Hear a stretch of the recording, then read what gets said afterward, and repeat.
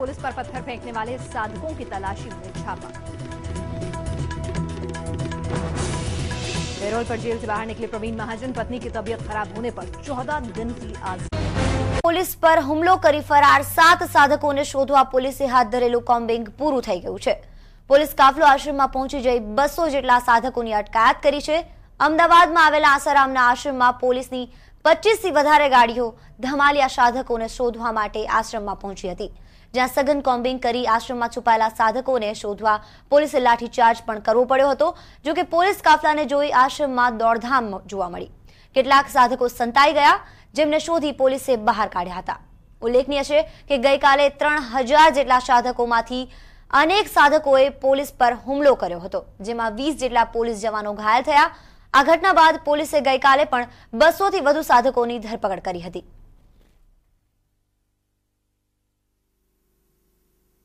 તો ગાંધીનગરમાં પોલીસ પર હુમલો કરી 7 સાધકોને શોધવા પોલીસે હાથ ધરેલું આજે કોમ્બિંગ અત્યારે હાલ પૂર્ણ કરવામાં આવ્યું છે। 200 જેટલા સાધકોની અટકાયત કરવામાં આવી છે। આપ જોઈ શકો છો આપના ટીવી સ્ક્રીન પર આજે જે ધમાસણ થયું આશ્રમમાં, આ સાધકો પર તવાઈ આવી। પોલીસે 25 જેટલી ગાડીઓ લઈ ગઈ પોલીસ અને પોલીસના કાફલાએ આસારામ આશ્રમમાં કોમ્બિંગ હાથ ધર્યું। આપ જોઈ શકો છો આ એક્સક્લુઝિવ રિપોર્ટ। મોટેરા આશ્રમમાં 25 થી વધુ પોલીસનો કાફલો 25 થી વધુ ગાડીઓનો કાફલો આશ્રમ પર પહોંચી ગયો અને ત્યાં હાથ ધર્યું કોમ્બિંગ। 200 થી વધારે સાધકોની ગતરોજ અટકાયત કરવામાં આવી હતી, ત્યારબાદ આજે ફરી એકવાર 200 થી વધુ સાધકોની અટકાયત કરાઈ। પોલીસનો કાફલો આવતા જ સાધકોમાં દોડધામ મચી ગઈ। કેટલાક સાધકો સંતાઈ ગયા। આ સાધકોને શોધીને પોલીસે બહાર કાઢ્યા। જોકે ઘટના મામલો વધારે બિચકતા પોલીસને લાઠીચાર્જ પણ કરવો પડ્યો હતો।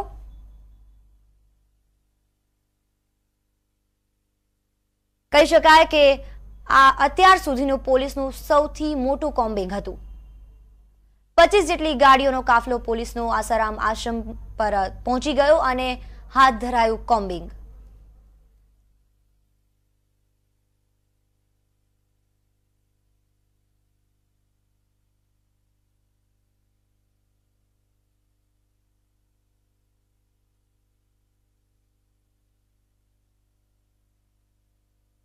આપ જોઈ શકો છો આપના ટીવી સ્ક્રીન પર આ એક્સક્લુઝિવ દ્રશ્યો માત્ર ને માત્ર TV9 પાસે છે। 200 થી વધારે સાધકોની આજરોજ અટકાયત કરવામાં આવી હતી। આસારામ આશ્રમમાં આજે ધમાસણ મચી ગયું। ગતરોજ પણ 200 જેટલા સાધકોની અટકાયત કરાઈ અને આજે ફરી પોલીસે કોમ્બિંગ હાથ ધર્યું, જેમાં ફરી એકવાર 200 જેટલા સાધકોની અટકાયત કરાઈ।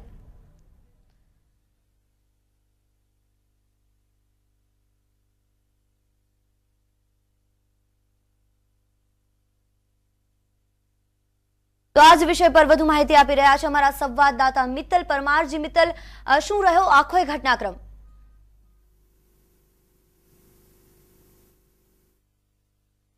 ત્યારબાદ તેના ઘેરા પ્રત્યાઘાતો પડ્યા છે અને તેટલા માટે જ આજે બપોરે અમદાવાદ અને ગાંધીનગરની સંયુક્ત પોલીસે એક સફળ ઓપરેશન હાથ ધર્યું। તેઓએ આસારામ આશ્રમમાં કબજો જમાવી લીધો હતો અને જેટલા પણ સાધકો અંદર બેઠા હતા એ તમામ સાધકોને પકડી પાડ્યા હતા। આ એ જ સાધકો છે કે જેઓએ ગઈકાલે પોલીસ ઉપર હુમલો કર્યો હતો અને તેના કારણે આખરે પોલીસે સાધકોની ધરપકડ કરી છે। બીજી બાજુ મહત્વની વાત એ છે જીજ્ઞા કે જે રીતે જ્યારે આસારામ આશ્રમમાં જ્યારે પોલીસ પહોંચી ત્યારે સાધકોએ તેનો પ્રતિકાર પણ કર્યો હતો, પણ પોલીસે તેઓને આખરે ના છૂટકે તેઓની પર લાઠીચાર્જ કરીને તેઓને પકડી પણ પાડ્યા છે। બીજી બાજુ મહત્વની વાત એ છે કે જીજ્ઞા જે રીતે આસારામ આશ્રમની જે વિધિની વાત કરવામાં આવે, જેઓ શબ વિધિ કરતા હતા, અસંખ્ય પ્રકારની વિધિઓ કરતા હતા, તે વિધિઓ જે વડવૃક્ષ નીચે કરતા હતા, જ્યાં એક ભોયરું છે તે વાત ખરેખરમાં જે રીતે વાત આવી છે વાત સત્ય છે અને અત્યારે હાલમાં પોલીસે ભોયરામાં પણ તપાસ કરી હતી, ત્યાંથી પણ કેટલાક સાધકો પકડાઈ ગયા હતા અને જે રીતે આજે પોલીસે ખરેખરમાં સૌથી મોટું અને સફળ ઓપરેશન હાથ ધર્યું હતું। બિલકુલ મિત્તલ, આ કોમ્બિંગને સૌથી મોટું કોમ્બિંગ ગણાવી શકાય। હાલ પરિસ્થિતિ શું છે? જે ચોક્કસ જીજ્ઞા આ જે કોમ્બિંગ છે, જે આ ઓપરેશન છે, તેને અત્યાર સુધીનું સૌથી મોટું ઓપરેશન કહી શકાય. પોલીસે જે રીતે આસારામ આશ્રમમાં પહોંચી ગઈ હતી અને તેઓ જે રીતે સાધકોને પકડી પાડ્યા હતા, અત્યારે હાલની જો વાત કરવામાં આવે તો સમગ્ર આસારામ આશ્રમમાં કહેવામાં આવે કે ભારેલા અગ્નિ જેવી સ્થિતિ જોવા મળી રહી છે. જોકે પોલીસે એસઆરપીના જવાનો અને એક પોલીસનો કાફલો આસારામ આશ્રમ પર બેસાડી દીધો છે, તાળા મારી દીધા છે આસારામ આશ્રમમાં. એટલે કોઈ પણ પ્રકારની અનિચ્છનીય ઘટના હવે ન બને તેના માટેની પૂરતી પ્રયત્નો અત્યારે હાલમાં પોલીસ કરી રહી છે. મિત્તલ, દ્રશ્યોમાં સાફ દેખાઈ રહ્યું છે કે શોધીને પોલીસ આશ્રમના દરેક સાધકોની અટકાયત કરી રહી છે. આજ રોજ કેટલાક સાધકોની અટકાયત કરવામાં આવી છે. જી ચોક્કસ 200 થી પણ વધારે સાધકોની પોલીસે હાલમાં અટકાયત કરી છે અને આ પોલીસ આ તમામ સાધકો જે રીતે ગઈકાલે किया है, इसमें से जो मुजरिम मालूम होगा उसको रखेंगे, बाकी को निकाल देंगे. तो ये तफ्तीश के लिए ये सारे आदमी को ले जा रहे हैं.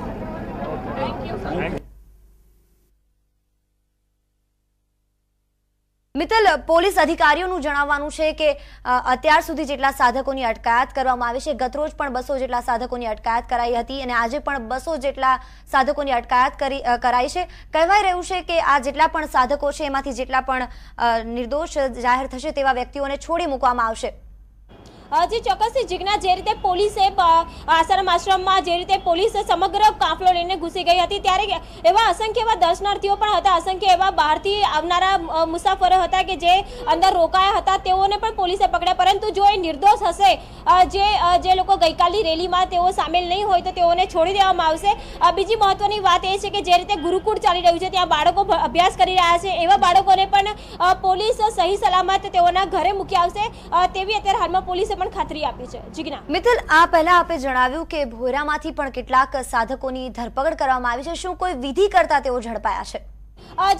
જે રીતે વાત કરવામાં આવે તો દીપેશ અભિષેકના મૃત્યુ કેસ બાદ પોલીસ આજે સફાળી જાગી હોય તેઓ આસારામ આશ્રમમાં ઘૂસી ગયા હતા. પરંતુ ત્યાં કેટલાક સાધકો આરામમાં હતા, તો કેટલાક સાધકો આસારામ આશ્રમના મંદિરમાં પૂજામાં વ્યસ્ત હતા. તેવા પણ સાધકોને પોલીસે પકડી પાડ્યા છે અને આ તમામ સાધકો માટે પોલીસ કહી રહી છે કે ગઈકાલે જે 3000 થી પણ વધુ લોકો જે સાધકો ત્યાં પહોંચ્યા હતા, એમાંના જ આ સાધકો જોવા મળી રહ્યા છે. જી મિત્તલ, આપ આ તમામ જાણકારી મેળવતા રહેશો. અમે ફરી આપનો સંપર્ક કરીશું. તો આસારામ આશ્રમમાં આજે પોલીસે કોમ્બિંગ હાથ ધર્યું. કહી શકાય કે અત્યાર સુધીનું પોલીસનું આ સૌથી મોટું કોમ્બિંગ છે. દીપેશ અભિષેક મૃત્યુ કેસ બાદ પોલીસે તવાઈ લાવી આજે સાધકો પર અને 200 જેટલા સાધકોની અટકાયત કરવામાં આવી. ઉલ્લેખનીય છે કે ગતરોજ પણ 200 જેટલા સાધકોની અટકાયત કરવામાં આવી હતી. કહેવાય રહ્યું છે, પોલીસ અધિકારીઓ જણાવી રહ્યા છે કે જેટલા પણ સાધકોની અટકાયત કરવામાં આવી છે, આ બધા જ સાધકોમાંથી કેટલાક જો નિર્દોષ હશે તો તેઓને છોડી મૂકવામાં આવશે. પણ અત્યારે સૌથી મોટું ઓપરેશનને ગણાવી શકાય. તો સંતાયેલા સાધકોને બહાર કાઢવા માટે પોલીસને લાઠીચાર્જ પણ કરવો પડ્યો હતો. પોલીસે આજે કોમ્બિંગ હાથ ધર્યું. તેમાં કેટલાક સાધકો સંતાઈ ગયા હતા. પોલીસના કાફલાને જોતા જ સાધકોમાં દોડધામ મચી ગઈ અને સંતાયેલા સાધકોને પોલીસે બહાર કાઢી અને તેમની ધરપકડ કરી.